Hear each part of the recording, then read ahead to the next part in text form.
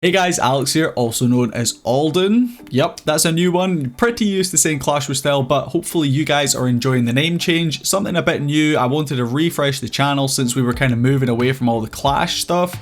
So hopefully you guys can kind of jump on board with that. But we're back with some more Sunshine Island content. I was really happy to see you guys liked the previous video I made in it. That was a kind of tester video. Today we're going to be jumping in to look at guilds in specific. So you'll see right on the screen right here, we have the guild Island. So there's lots of important stuff I want to talk about, and let's just learn some more about Sunshine Island because it's a really fun game and honestly a really good replacement for Everdale. I'm thoroughly enjoying it and I have spent a little bit of cash on the game, so we can get into that in a little bit. So let's hop into the video. Jumping down into the guild island here, there's a few key things that I want to start off with saying. In your guild, there's a few things you want to focus on. If I click on my guild up here, so if you guys didn't know, you can come over to the lighthouse here, you can click on that. You'll see I am at the top here.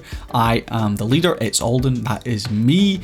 You'll see we've got a few deputies up the top here, and then we've got the rest of the guild. So big shout out to all of those on the team. We've had quite a lot over from the YouTube channel, a few who came from the Discord server as well, and then a few who just found us through the game. So big shout out to all the guys and gals over on the team here. You'll see one of the first things I want to talk about is this right here next to my name. You'll see there's 42,000. Now, I have the biggest number in the guild, not to toot my own trumpet too much, but the fact this number is an important number because this is the amount of guild coins that I have contributed to my guild.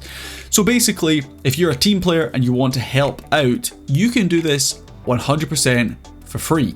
You can also spend money, but you can do this for free. So to do this, you first of all need these things up the top right here, and they are gems. Now you can see if I click on the gems, of course I can buy them. However, through the game, you are able to get a significant amount of gems, mainly through these things right here, and these are achievements. So by completing all of these achievements, you'll see you're able to get some nice gems. Also, if we scroll down, try and find some, like right here, you'll be able to get some profile pictures and frames and stuff like that as well, which is really nice. So the main place for getting gems right now is in your achievements. However, we also have this little character right here. I've already completed my Santa quest, which you had to kind of level up your Santa and you had to make the Christmas tree, get it up to level 10. You got a significant amount of gems for doing that. So you should hopefully, over the course of the event, be able to pick up quite a lot of gems. Once you have them, we can swing back over to the guild island and you can either click on the top right on this little plus, or you can come over to this building right here where you're also able to do this. And this is the guild bank. And this is where you can spend your gems. So you'll see right now, sadly, I only have just over 200 gems because I recently bought a fairly big package here. So I would only be able to get 2,000 guild coins, which realistically isn't going to help out my guild too much. The minimum one I would say you want to save up for is this one that costs 1,150 gems. If you can save up a bit more, 2,400, that's the one I just went for. It's definitely a really good one to get. It's nearly 30,000 guild coins. That is going to help out your guild significantly. If you can save up even more than that to 6,500 or 15,000, of course you're going to get slightly higher percentages the more you go up. So those are some really nice ways to help out your guild. So once you get enough gems, this honestly is where I would spend them, because once you've leveled up everything in your guild enough, all the gems you get after that can be spent on yourself. So right now we have 53,000, nearly 54,000. And the most important things that I would want to focus on in my guild, you guys might be slightly different, but this is probably what I would recommend, is to upgrade the guild hall. Now, we did this straight before we went into a guild tournament. So it was really important for us to make sure we had as many members on board as possible. So when we started the guild tournament, we only had 15 members, and we were like, the more members we have, the more chance there is of completing projects and events much quicker. So we decided this is what we were going to focus on. So right now we are up to level 7 on our guild members limit. And the next one's going to be 80,000, so it is starting to get pretty expensive. So this probably isn't going to be a focus for us unless we get loads of players like knocking on our door wanting to join the guild that are super active. But right now we've got 6 additional spots in our guild. 6? Yeah, 6 additional. I have maths, am I right? So we have 6 additional spots in our guild, so this is one of our main focuses. So if you guys can get enough guild coins, this would probably be the priority, because even just getting one more member is going to help out far more than upgrading some of the other stuff here on the guild island. However, once you have done enough of these, I would say probably getting up to 20, so you can get an additional 5 members in your guild is pretty good. I would head over here to the contributions for projects. Now, we currently have ours up to level 5. We only have one more level to go. This definitely was our main focus when the guild tournament was running, because especially if we can get that up to level 10, 10% more contributions to every single project is huge. It's a lot. 10% might only seem like a small amount, but over the course of a week, which is how long each tournament runs for, that is a significant amount. And for each player, so we are currently sitting on, what are we, 21 players in our guild. That's a lot of contributions. So this definitely would be my second focus. If you guys can upgrade it, definitely would recommend doing so. That's going to help you out a ton for guild projects, also for leveling up your guild to unlock new projects and stuff. After that, there's a few different things potentially you could go with, but the one we have decided to go for is the help limit. Now, we only just started to upgrade this today. It's quite an expensive one. It is going to set you back a fairly substantial amount. You can see that just going from level 2 to level 3 is going to be 80,000 guild coins, which means we're going to have to wait for quite a lot of our guild members to commit quite a lot of gems to buying those coins, but hopefully, fingers crossed, they're going to do that. So far, our members have been absolutely awesome, and you can see it's only going up +1 for every level, which might not seem like that much, but it is. That's every single member in the clan can get 1 additional help per day. So that means right now I can only go out and I can only help 7 people in my guild, even though there's 21 people, 20 people I can help. So having this, it means I'm going to be able to do a lot more to help out around the guild. There is also lots of benefits to helping out players in your guild, one of which I will show you guys right now. So hopefully I'm going to be able to find someone.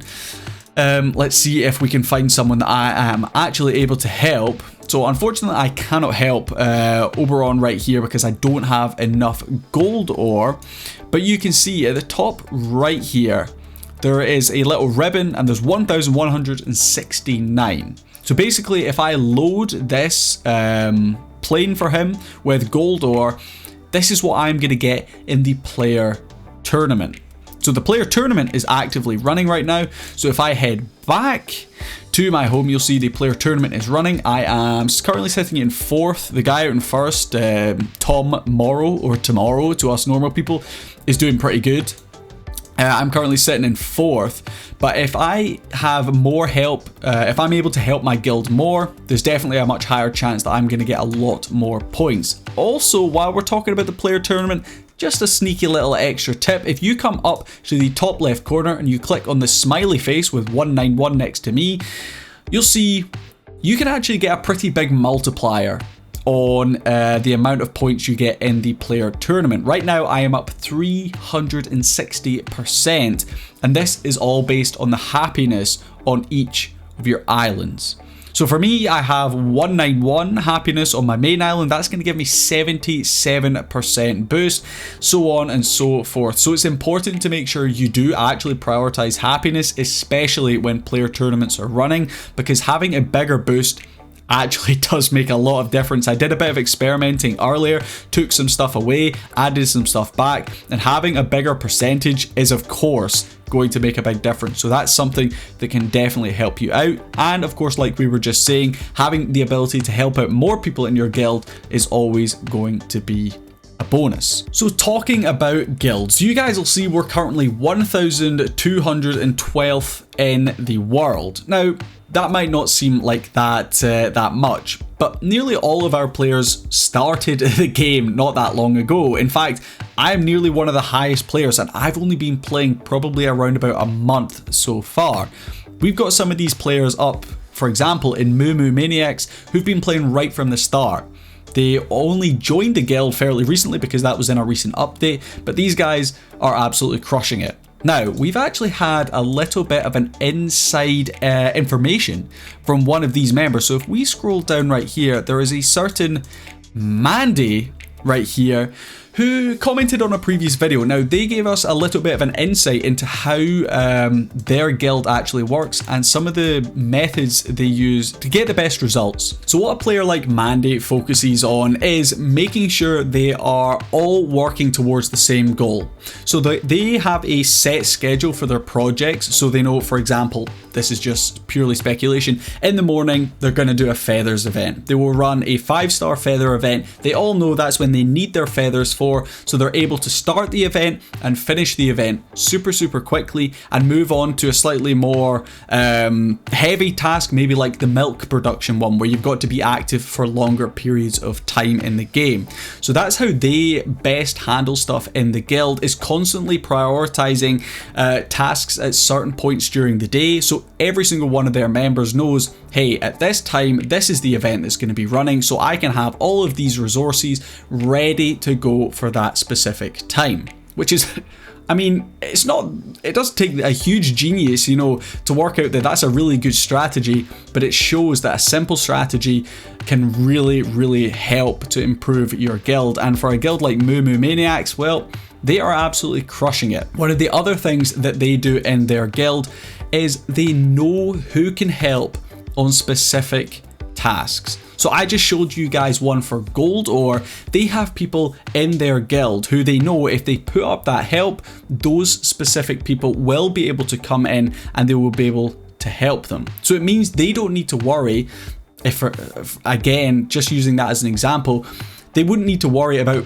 prioritizing gold ore themselves because someone else is going to do it for them. So that's, again, a super smart way of managing things, micromanaging things in their guild. Rather than just having to mass produce every single resource, you're able to go, well, I'm not going to produce that one because one of the other members in my guild, they're going to produce it for me, so I can just stick up a quick help and they are going to clear it off my plane, off my boat, whatever it is you need help with. So big shout out to Mandy and the rest of Moo Moo Maniacs. They're top of the leaderboard, the global leaderboard, and many of their players are on the top of the player leaderboard. So big shout out to all of those guys.